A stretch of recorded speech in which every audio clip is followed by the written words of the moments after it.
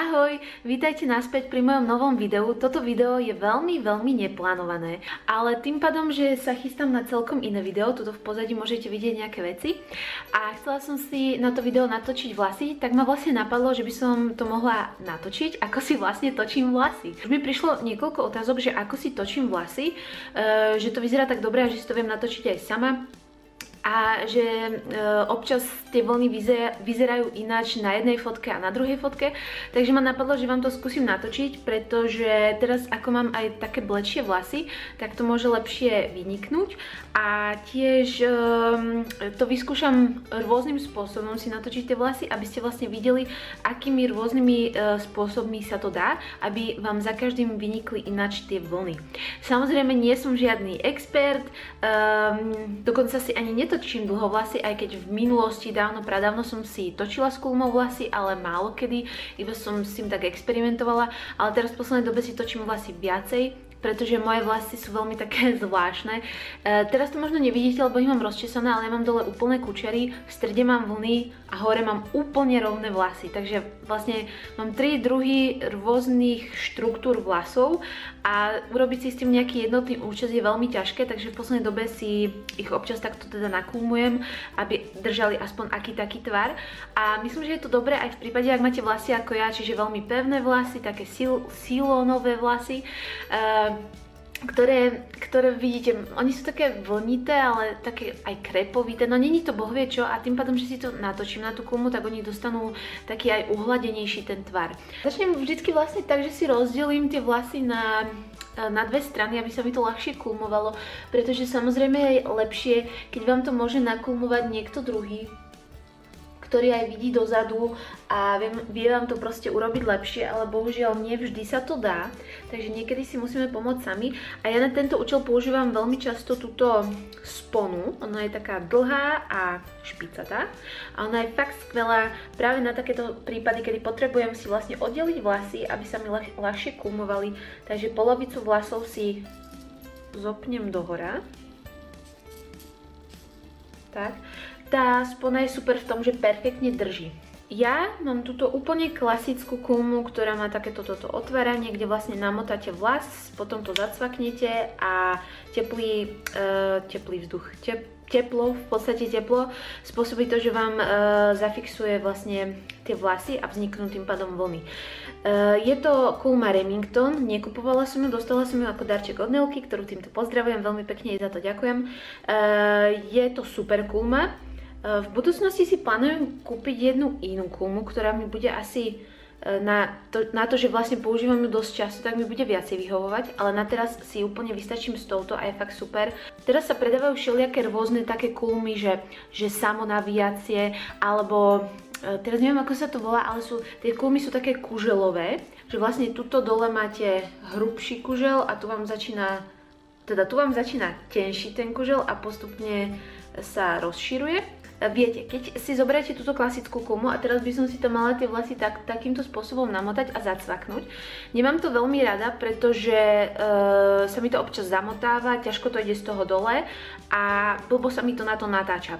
Preto som sa rozhodla, že si začnem kulmovať vlasy, ako keby som mala tú kulmu bez tohoto úchytu. Proste takúto modernú, že si skrátka len natočíte na to vlasy a ono vám to zanechá vlastne kučery. Takže nepotrebujete vôbec žiadnu špeciálnu kulmu, môžete si zobrať úplne obyčajnú takúto kulmu. Počkajte, teraz si toto musím hore lepšie pripnúť, lebo to neuvidíte. Tak, teraz to bude správne. Takže si zoberiem vlasy, alebo teda ten prameň vlasov. Dúfam, že to uvidíte teraz. A zoberiem tú kulmu tak, ako je, skrátka bez toho, že by som ju takto otvárala. A jednoducho začnem natáčať vlasy na tú kulmu. Priamo, bez toho, že by som ich tam musela nejakým spôsobom zacvaknúť.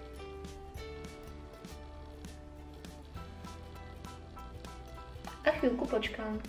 Teraz po pár sekundách vytiahnem vlasy von a nerobím to tak, že ich proste spustím, ale ja to robím takýmto štýlom, že skrátka to začnem vyťahovať. Tak. A máte kučery. Podľa mňa je to veľmi jednoduchý spôsob, ako si natočiť vlasy, pretože nemusíte nič zacvakávať, nemusíte nič nejak pracne vyťahovať. Ľudia to zvyknú robiť aj tak, že potom vlastne tie vlny si takýmto štýlom vlastne pomaly spúšťajú z tej kulmy a takto ich, ako to povedať, pritlačia k sebe a potom ich jemne až spustia, aby sa vlastne ten vlas zafixoval. Ja to občas robím, občas nerobím, ako sa ponáhľam, vždy to záleží od toho, koľko mám času. To bol vlastne spôsob, akým si natáčam vlastne cez tú kulmu alebo na tú kulmu. A teraz vám ukážem rôzne druhy natočenia podľa toho, aké vlastne tie konečné vlny chcete mať.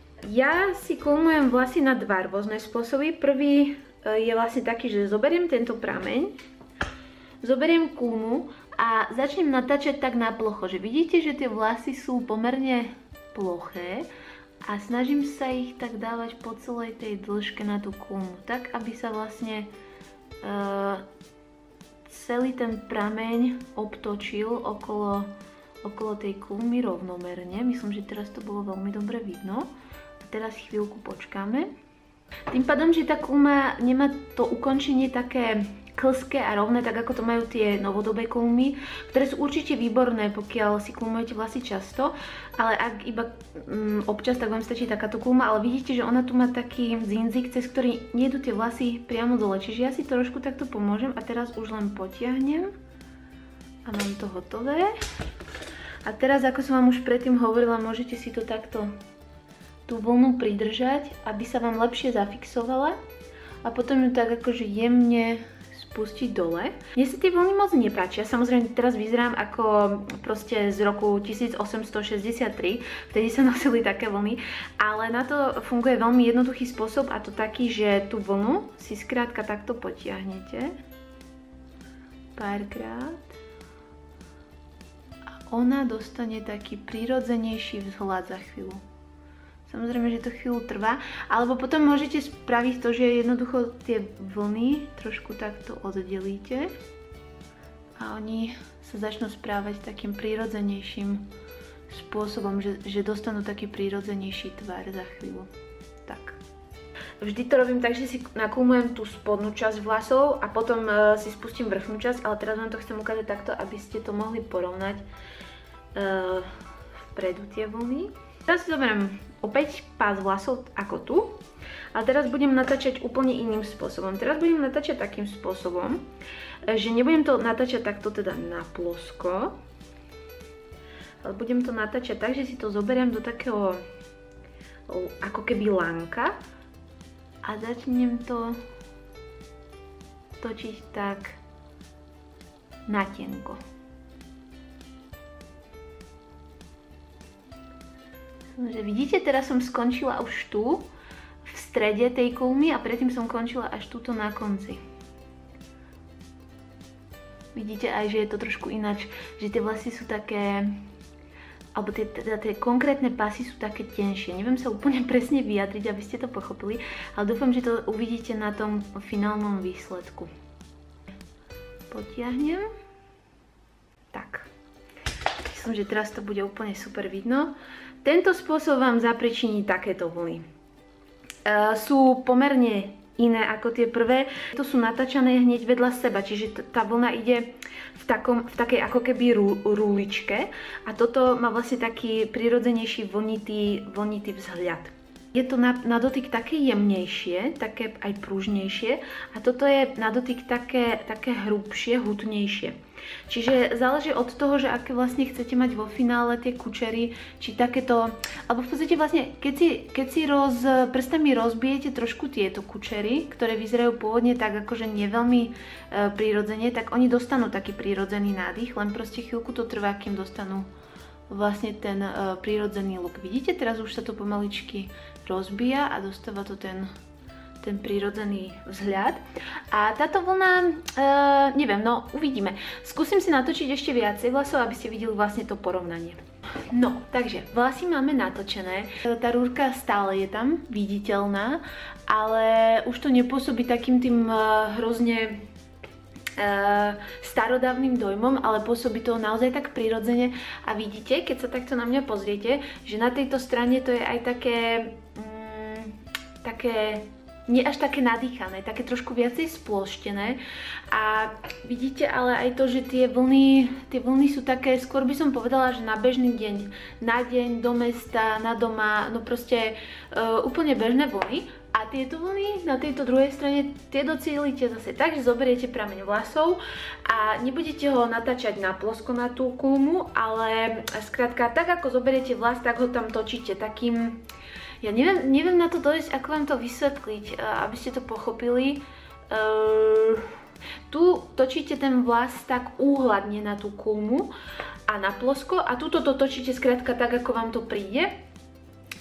No a vlastne spôsobí toto, že tie vlny sú také viacej nabobtnané a sú naozaj také vlnité, kdežto tu sú skôr tie ruličky. Toto sú skôr vlny a tu sú skôr také ruličky.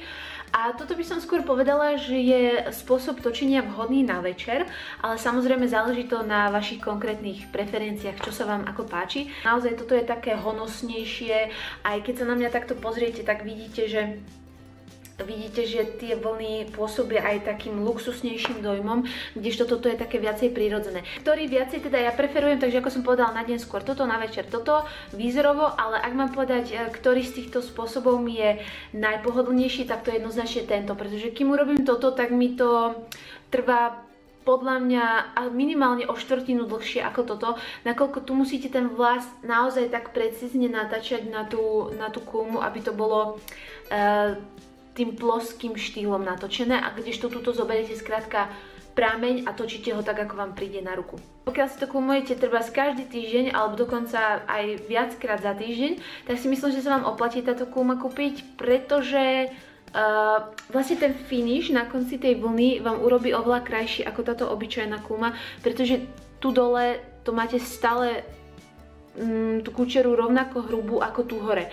A kdežto pri tých kuželových kulmách by vám to urobilo taký krajší efekt, že tá kučera by pozvolna sa stenšovala a vyzeralo by to tak prírodzenejšie.